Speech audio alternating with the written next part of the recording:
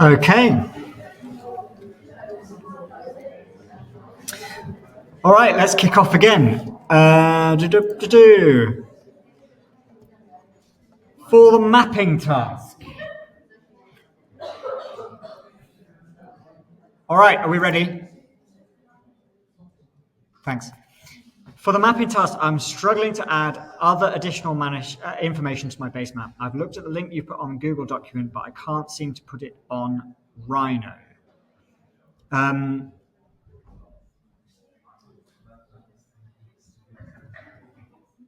Is this for downloading from Digimaps? Is that to do with the data that you're getting from Digimaps? Yeah, okay. So when you go to Edina Digimap,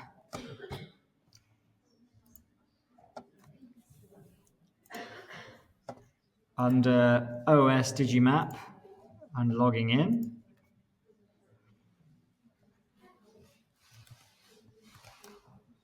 let's just see if I understand the question correctly. Additional information to my base map. I've looked at the link you put on the Google document, but I can't seem to put it on Rhino. Which link specifically? Because there were lots of links on the Google Doc. Do you want to just shout out whoever was asking this question?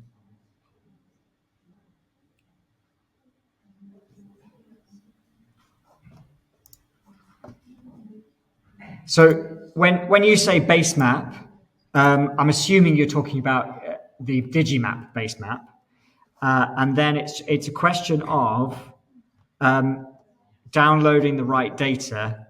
Look, here we are in Worcester, where I grew up.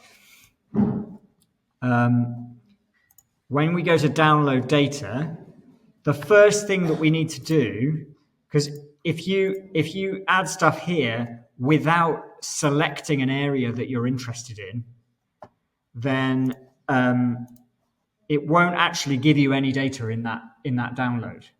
So the first thing is that we need to make sure that we've selected an area that we're interested in, and then we tick the boxes for the aspects of that extra data that you want, like maybe building heights. Pardon me. And then those things are going to get added to a download. The first thing you have to do is you have to add that to a basket. It's a little bit like you're checking. Basically, Ordnance Survey is a paid service. So like this costs money. It's just that because you're part of Oxford Brookes, you get this for free for study and research. So you have to add it to a basket. Everyone else will have to pay, but you don't have to pay anything. And that's the point at which you then choose the format of that information to be added to your basket. And then you request a download. And then nothing happens. And you go, well, what's going on? Well, the reason is that you have to then check your Brookes email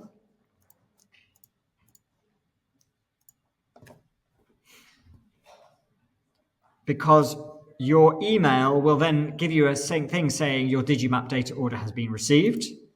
And then about 5-10 minutes later, depending, because I selected just a small area and not much data, it's now gone, your Digimap data order is ready for download. So now I can download via this link. So it doesn't happen via the website. You have to kind of wait for an email to come through. Does that answer that question? Put another question on the Menti thing if it doesn't. Great.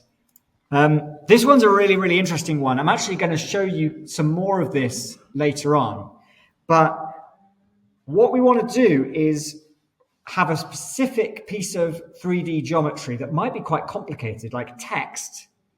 And you want to wrap that around a cylinder or another surface. So actually, there is a really interesting way of doing this. let's say you have a, I don't know, a billboard or something, but it isn't a straight billboard. It's got a curve to it. And so what we're going to do is we're going to make any kind of curved shape.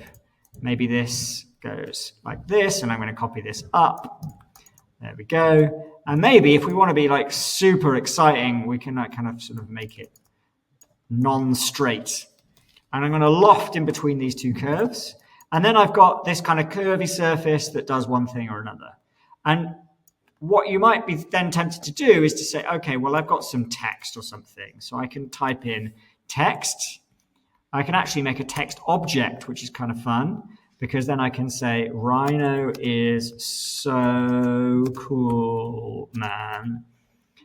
And the height of this is going to be, each letter I want to be, I don't know, what's that? 25 centimeters, 250 mil. And I'm going to output solids with a thickness of 10 millimeters. There we go. And I put that on the ground. And then you think, okay, well, so I want this text, this kind of 3D text. Actually, what I might do is just grab that and just type group so that it all groups together. There we go. I want to take this text and I will put it on this curvy surface. How on earth am I going to do that?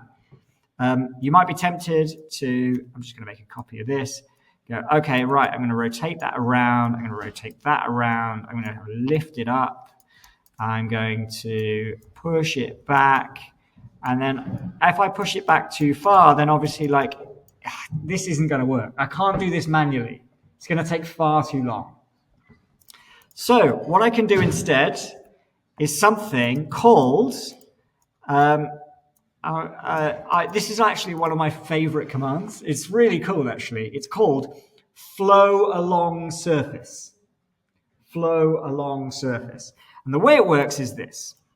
What you do is you start with a surface that's really like straight and simple on the ground. And the way I'm going to make that is I'm going to draw a rectangle on the ground. I'm going to select it and type planar surface, planar surf. So that makes a flat rectangular surface on the ground. And I've chosen a kind of roughly similar aspect ratio to this. In fact, if anything, probably could do with being, just delete that, could do with being a little bit taller like that, like because this is kind of a bit more square. Like when you look at this, it kind of looks like a bit of a square. And then this, I want this to look like a square too. Planar surface. Now what I've got is a flat square surface on the ground, and I've got this 3D text sitting on top of it. And I can type flow along surface, press enter, and it'll talk me through the whole process. And that process is select objects to flow along a surface. So I'm going to select my text, press enter when done. Base surface, and this, it says select edge near a corner. And I'm going to select this bottom corner of my flat surface. Do you see what I'm about to do? Hopefully. Select this. And then it says target surface, select edge near a matching corner. I haven't even had to press enter. It just says, oh, you've selected that corner. And then I want the corresponding corner to be down here. And then when I've done that, it's going to have a think for a moment. Oh, and it's gone the wrong way around. Right, hang on. Let's try this one more time. If I press DIR, that'll show me that this surface is pointing upwards. If I press DIR, this surface is pointing that way. Okay. So this should work then. I wonder why it isn't. Let's try it one more time. Flow along surface. Here's my object. Enter when done. Base surface. Should we try a different corner? Base surface. Target surface. There you go. And it's curved that text so that it's sitting on the more complicated surface. So what I've done is I've solved the problem by not trying to manually do the job, but I've split the job into multiple steps. So my first step was to do it simply, and then I used that flow command to basically orient every single letter so that it was sitting in the right place. Do you agree that Rhino is so cool, man? If you don't, then you fail the course. Sorry, that's it. You're out. Right, that's a really fun little task. Are there examples of how task 1 is meant to look, or on inspiration on ideas? Good question. I believe if it's not up already, the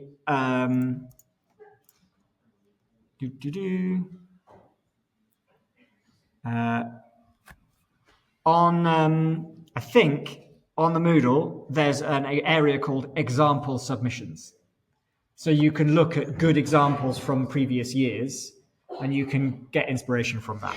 If that isn't already available to you, then ask Toby. Yeah, there you go. There's some examples. Everything, as always, is on Moodle. All right, let's head back to here. Does that answer that question? The answer is Moodle. Can we get more Photoshop help? Yes, absolutely. The lecture course is import, model, export. And everything I just showed you today, making that little mug, that was like a really small microcosm of what we want to try and do in this course, which is we don't just model things in Rhino because we like to model them in Rhino. We want to model them in Rhino so that we get something good out. And there's a whole section, I'm going to give a whole morning to Photoshop, specifically around how we get images out of Rhino and out of our rendering software and into Photoshop, and then use Photoshop to make them even better. So I will show you everything I know about Photoshop, which is about 3 commands, but that's everything that you need to know about Photoshop. And if I'm almost certain that there'll be someone in this room, there'll be many people in this room who are better at Photoshop even than me. So my suggestion would be hold on for that lecture all about Photoshop, especially in terms of image making and exporting things out of our 3D environment.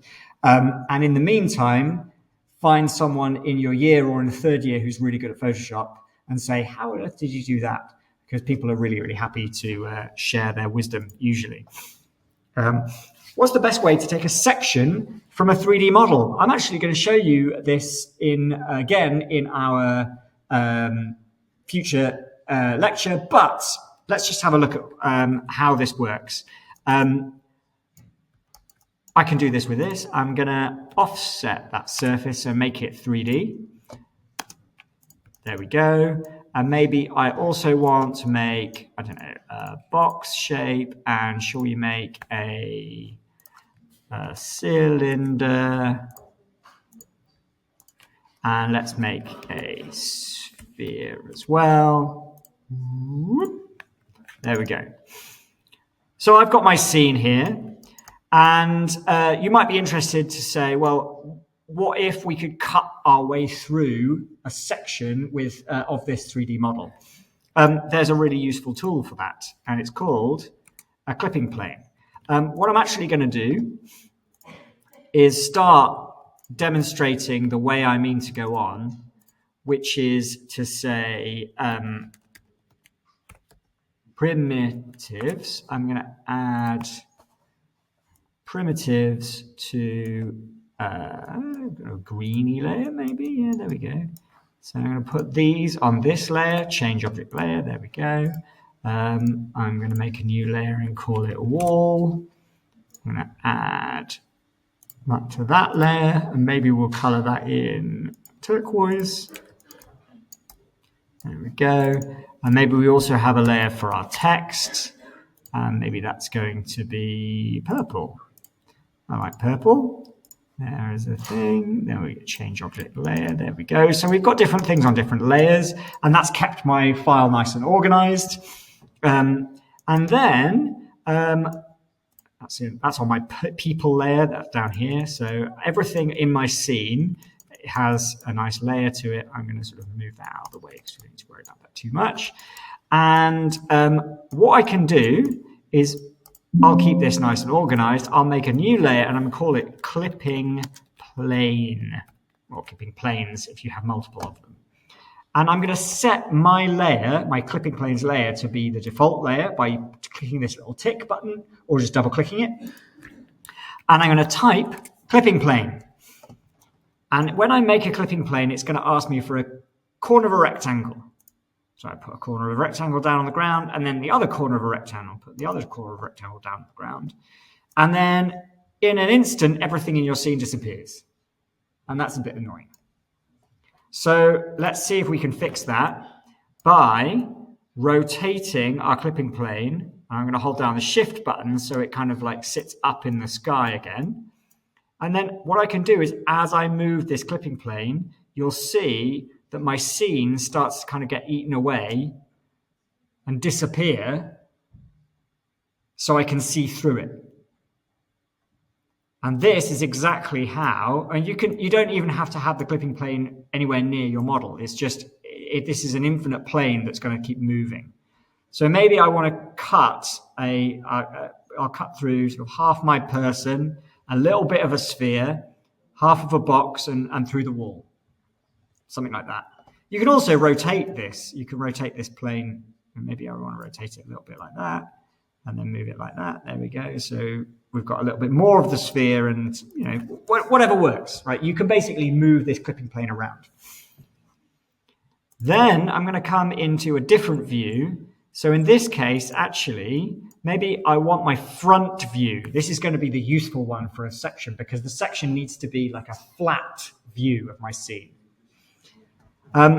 What you'll notice, though, if I switch this to ghosted, what you'll notice is I can see the whole of the circle and the whole of the box and the whole of the wall and the whole of my person. So this clipping plane only seems to be working in the view in which I created it. So I created it in the perspective view, so it's working in the perspective view. But now I need to change my mind about where that clipping plane is working. So what I need to do is I need to find my properties for my clipping plane. So I click my clipping plane and come to my properties, which is this kind of color wheel on the right-hand side. And it says views clipped, perspective, top, front, and right. And perspective is ticked. So if I untick perspective, my perspective view is going to come back to life again. And then maybe I want my front view to be clipped. There you go. So now I've clipped my front view. And maybe I'll just bring this forward a little bit like that. There we go. So now I've got this really interesting thing where I've kind of cut off half of this guy's arm, and I'm cutting a little bit through the wall, and I've kind of lost a little bit of that sphere, and I know I'm cutting through the box as well, but the cylinder is kind of in the background.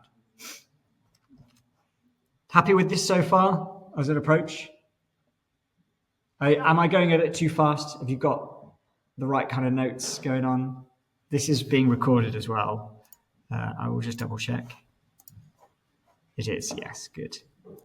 Okay. So I'm going to come to my front view. I've got my clipping plane there. And what I can do is I can select everything in this view, and I can type make 2D. I'm going to give you a bit more of an in-depth introduction to make 2D in another, when we come to exporting drawings.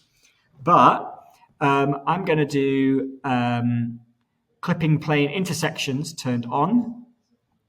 And I'm going to put it on a layer called Make 2D Section.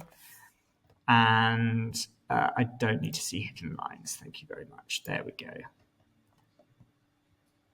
And it's having a little think. And then what it's done is it's taken this front view, because this is the view that I had selected, and it's made a series of lines that I can now place it just turns onto the ground. And it's kept all the layers the same. Kept all the colors the same, certainly. And it's also separated out my curves from my clipping plane intersections. What's cool about that is, just like CAD, I can make a layout, like a page. Initial detail count, 1, printers. Maybe I want a Rhino PDF printer, and I want this to be A3. Landscape. Boom, there we go. I'm going to zoom in here. I'm going to select that and go to my properties, and maybe I want this to be a 1:20 scale drawing. There we go, 1:20 scale drawing. And then what I have now in my layout view is I have the ability to set the print color, print width, and the line weight of the lines that are on these different layers.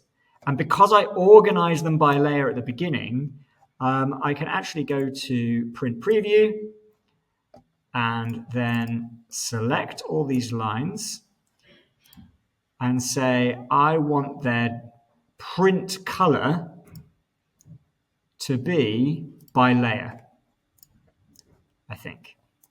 This should work. Print color by layer. Yeah, there we go. Yeah. And now they've all come out black.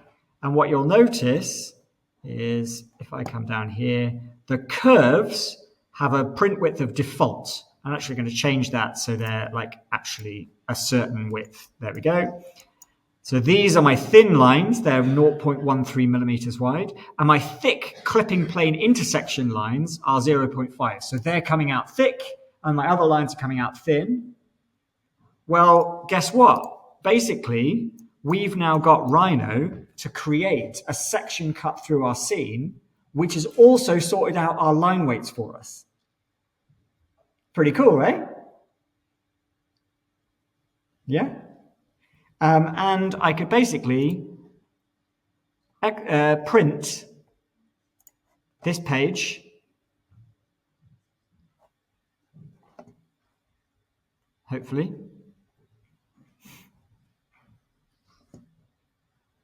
If it starts thinking about it. There we go. Here's my page. I'm going to do scaled 100%. And I want my destination to be an A3 page, exactly the same as how I've set this up. I'm going to press print. I'm going to put it on my desktop. You would not put it on your desktop. Test print.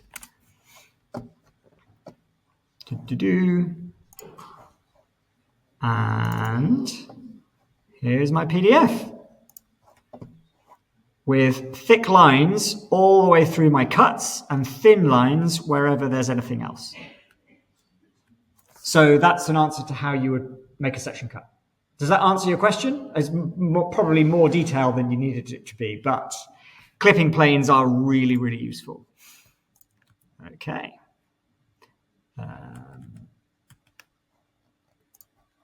How do I change the material on Rhino? I will show you this when we get to rendering, but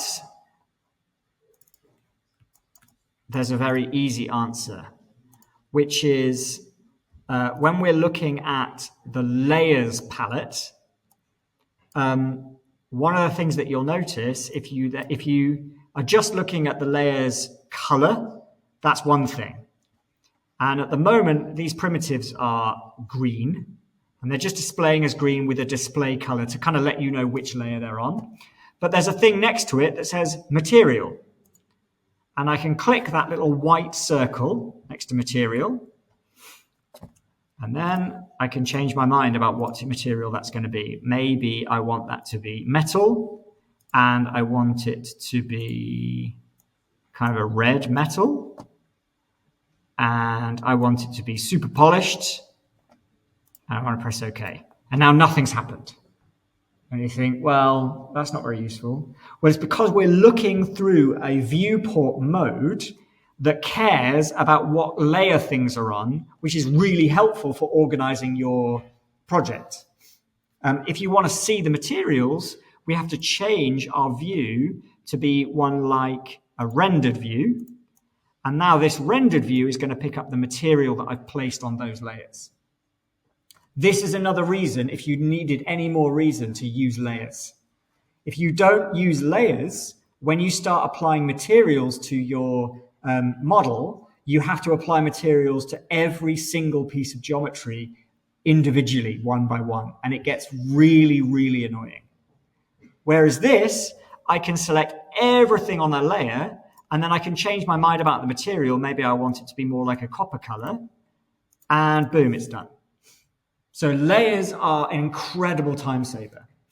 Keep everything organized in layers. Let's have a look at this wall. Let's put a different material on this. Shall we make it paint? And the color is going to be red. There we go. Kind of a matte paint, maybe. I could also make a custom material, which gives me a lot more options here.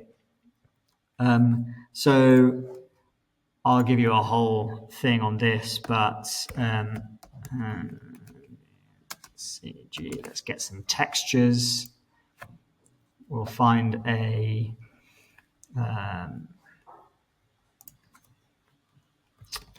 wooden texture.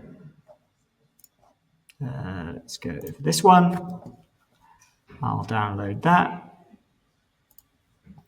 Only need to be small. There we go. I'll unzip it.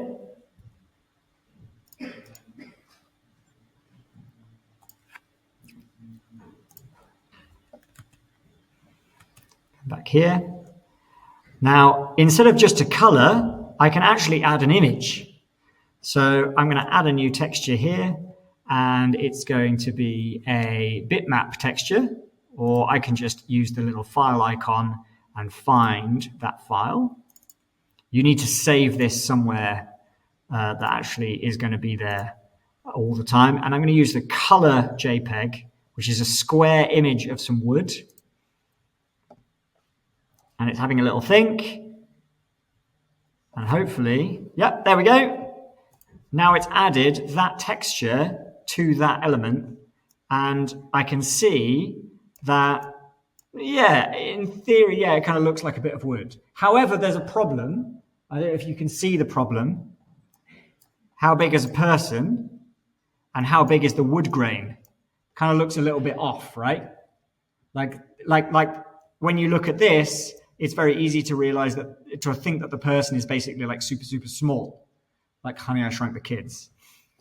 So now what I need to do is I need to make sure that I have mapped that texture correctly, which is a topic for another day.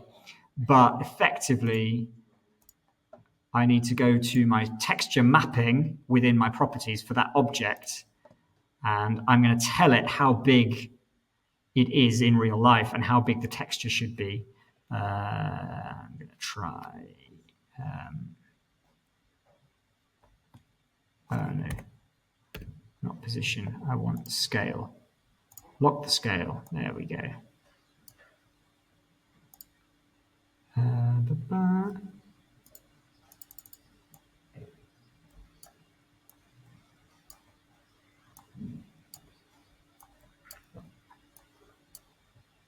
Getting there. Can you see, as I'm changing the scale of this, it's changing the scale of the texture on the actual thing. And that looks to me just a little bit more realistic. I mean, there's a lot of repetition, so you'd find a better texture, but you get the idea. So that's how you add textures to things in Rhino. If I forget to save my Rhino work, is there an auto-saved backup file of it somewhere? Short answer to the question is always save your Rhino work. Unlike me, working on Untitled, haven't saved at all today, learn from my mistake. Save your work. The answer is, if you go into File Properties, there is, under Files, Autosave, save every 20 minutes, autosave file, and then you can press these three little dots and it will open up the autosave file. So this morning, it's clearly not, well, now that I've saved the file, it's cleared out the autosave, so it doesn't need to worry and doesn't need to exist anymore. But basically you can set this to be saving every 20 minutes or every 10 minutes or whatever, and then you can always get that autosave file back. However, if you do something silly and that file gets corrupted, you're basically on your own. So it's a really good idea to save. I would go one step further, and this is something that I say to everyone, and we will sort of cover this, especially when we get to things like rendering, which is very, very intensive on your machine, and anything where you think there's a likelihood that your Rhino session might crash. It's a really good idea to not just save as you go, but, and this is how I do it, I will save a file as 001. So save your work 001.3dm. So I've now saved a copy of that. It's saved, it's backed up. I'm using Google Drive, or I'm using an external hard disk, or whatever it might be. And then as I'm working, instead of doing file save, I do file incremental save. Now what incremental save does is, if there's a number at the end of your file name, it will leave that file alone, and it will create another file next to it with an incremented number at the back at the end of it. Now, the reason you want to do this is because if you do something silly to your file, that then means you can't open it, or every time you open it, it takes half an hour to load, or you want to go back in time to a point before you last saved, you can't do that if you just save over the file every time. I will show you, maybe I can show you this. Here is a very brief tour of an example project where my Rhino models here, like all of these Rhino models are not different things. They are simply different versions of a file as it was iterated through. So go for something like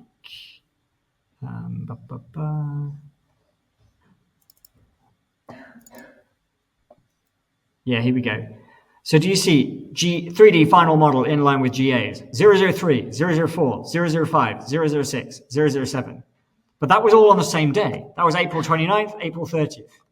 By the end of a day, you might have saved 10, 15 different incremental versions of that file.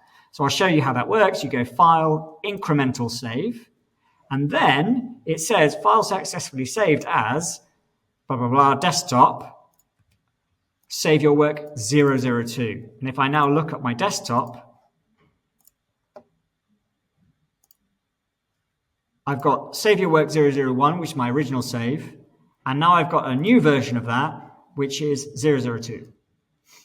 And that basically allows me to go back in time if I wanted to. Really, really helpful to do that.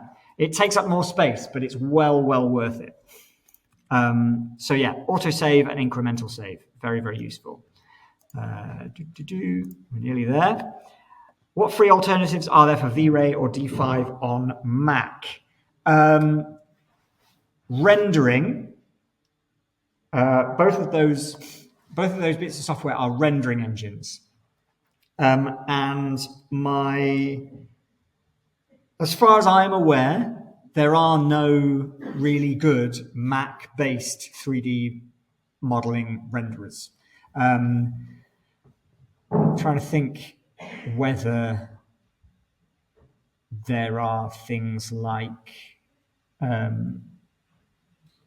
anything in the Adobe suite, but I don't know whether. Certainly, most rendering engines are built for Windows. So the way to do rendering is that if you really want to model on your Mac, that's fine, but then save the file and then transfer it to one of the university computers and then render there. And the cool thing about that is that that's like free resource. And you can set yourself up so you're rendering on the Mac, on the university computer, and you're modeling on your laptop. And then you've got two computers working for you, and it won't be held up by one thing or another. Basically, Windows is everything. If you've got a Mac that's like powerful enough, you can run Windows on your Mac, but it won't be as good as the university desktops. So if you're thinking about rendering, just come into the studio and do it there. The ball gum, the ball gum, the gum ball, the gum ball. I really like. I'm going to call it the ball gum now. The gum ball is super cool. I think we touched on this a little bit last week, but basically the gum ball does loads of stuff. You can move using the arrows. I'm going to switch this back to ghosted mode so that you can see. You can move things using the arrows in a straight line, a straight line, a straight line. You can move things using this little square that disappears and reappears depending on which way you're looking at your object. So I'm looking at my object kind of face on, and that's given me the ability to move my object in 2 dimensions, but not 3. If I look at the object this way on, do you see the colors are blue and red in this little square? And that's corresponding to the blue arrow and the red arrow. So I'm moving it in this plane, but I can't move it in that direction. If I try, it sort of just goes off infinitely far. Then I can also rotate,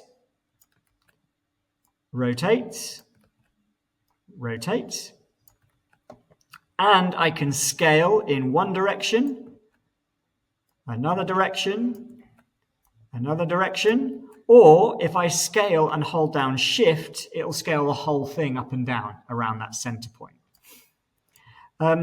There's a lot of really cool things, and very hidden away, this is like one of the harder things to get to on the gumball, the ball gum, is this little white circle somewhere near the middle, and it's the menu for the gumball.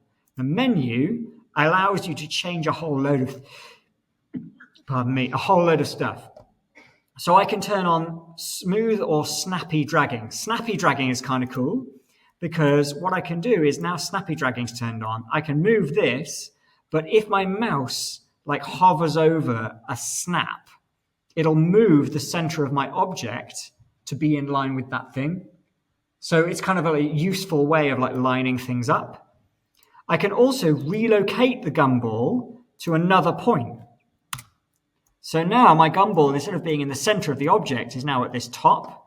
And now that snappy dragging is turned on, I can take this middle point, which has all 3 arrows highlighted, and then snap to any one of these points like that. And now I know that my top of my sphere, because I relocated the gumball there and then I moved it and I used snappy dragging, now my top of my sphere is exactly in line with the bottom edge of my box. So the gumball is super useful to being able to do that. Now, personally, what I tend to do if I needed to do that is I would use the M tool and I would just click the top and then click the bottom. And then it's going to give you exactly the same results. But the gumball kind of does it for you as well. That's basically it. That's the gumball. It's super fun. Did that answer your question about the ball gum? Yeah, cool. How to make sure the new lines I'm drawing are aligned in plan with the ground and not just flying in space. Aha! This is kind of what we were looking at when I was trying to draw the cup, right? You draw a line and then it ends up sort of like flying away somewhere else. Well, let's have a look, okay? I want to draw some lines and you want them to be on the ground. So the first thing that you can obviously do is you can make sure you draw lines all in one view.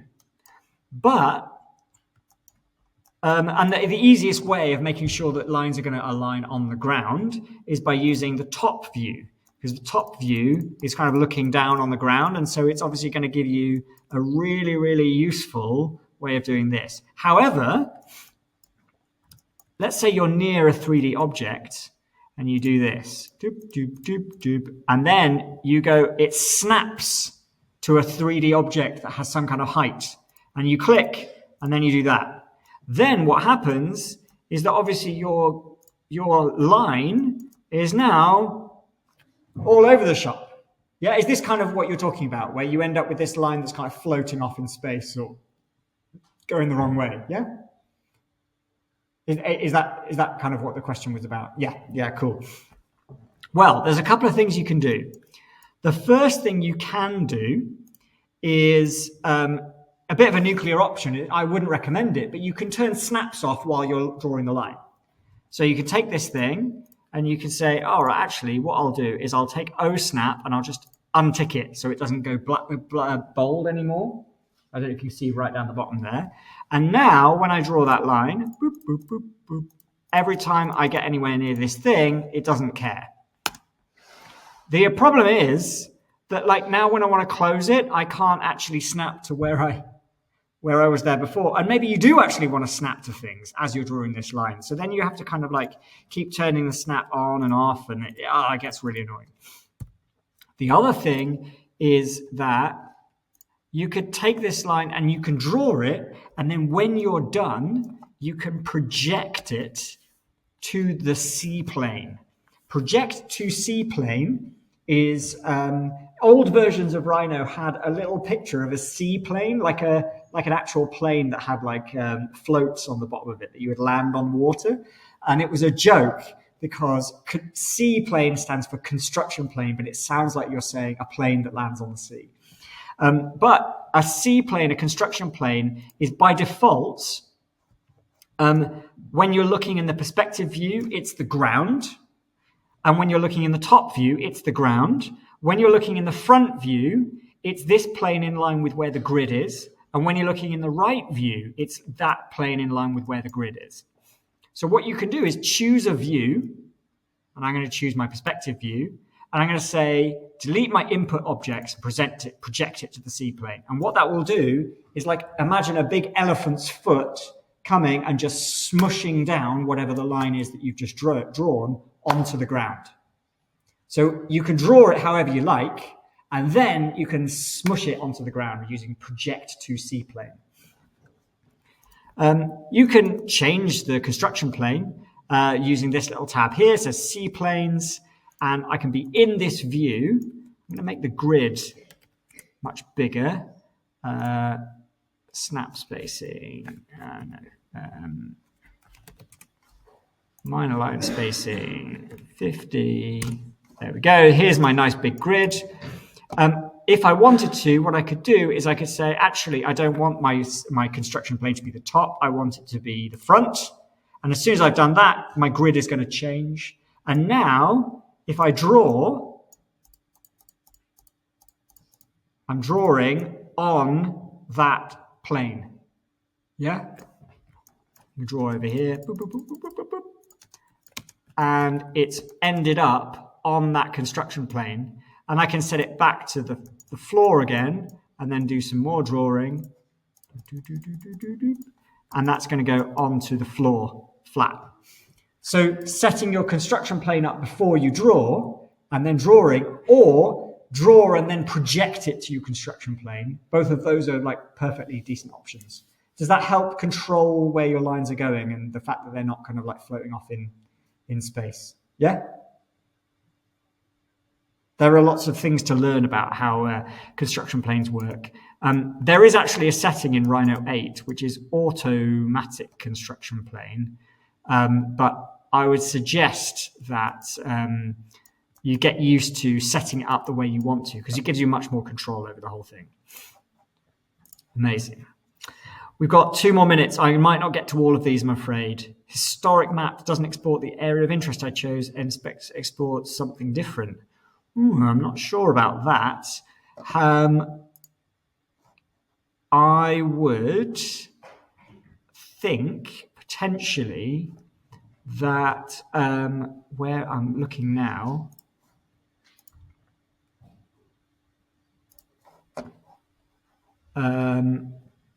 somewhere there's a help. Oh, there we go. Help.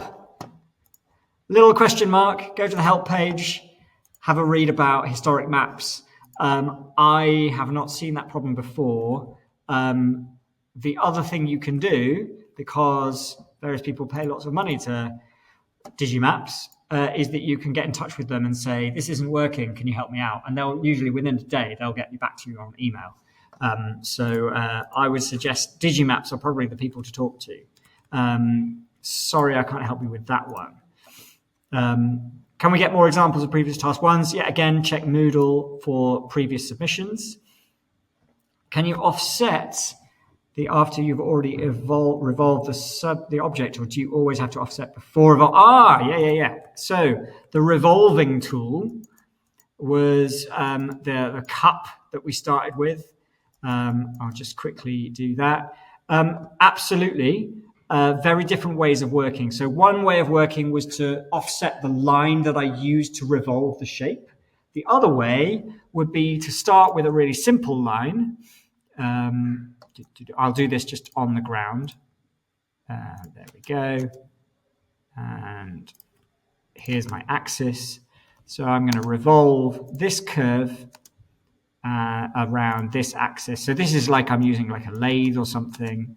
There we go. Oh, that hasn't worked, has it?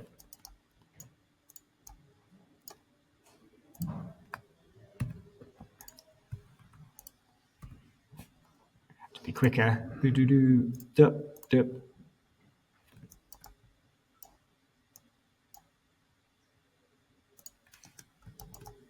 Yeah, there we go. That's drawn that on the floor. So you see, I have to be quite careful about where I'm drawing things and what C-plane I'm in. The grid's quite helpful for this. We're going to revolve this one around this axis. There we go. And this guy here is now just a simple surface. It's infinitely thin, where I can offset that surface.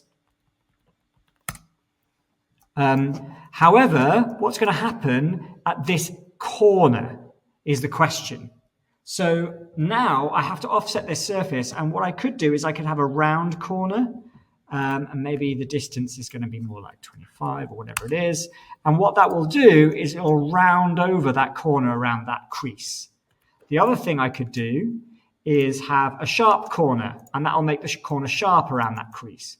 So I have to think a little bit more carefully about when I'm offsetting the surface as opposed to just drawing the line exactly how I want it to be.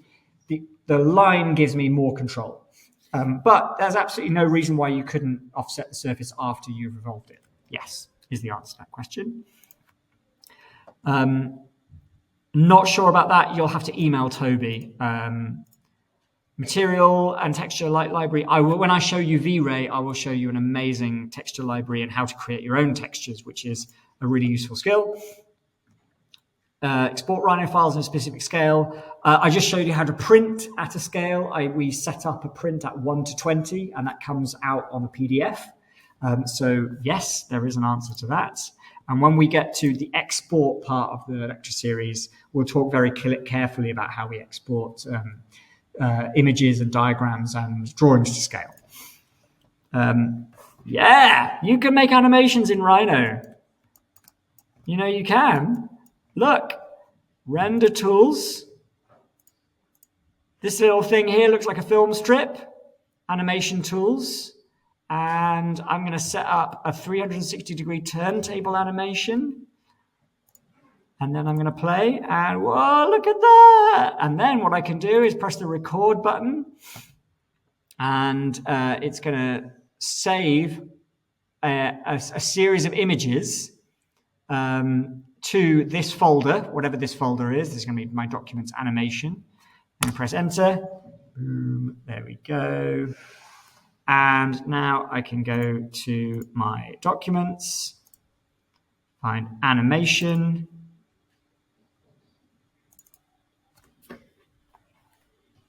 And then I can scroll through these images. Oh, it's taking a very long time. And it's even made me a little HTML page with a GIF on it. Yeah, there you go. like 5 clicks and we've got a 3D animation out of Rhino. That's fun, right? It's not very exciting. It's nowhere near as much as control that you get with 3ds Max. But, it's quite fun. It's a fun little thing to play with. It's 5-2. We need to stop. I'm sorry I didn't get to the very last question. How to change the angle of the seaplane. Oh, if you want a really specific angle of a seaplane, you can actually use set to surface. So I could set a seaplane that's oriented to this surface.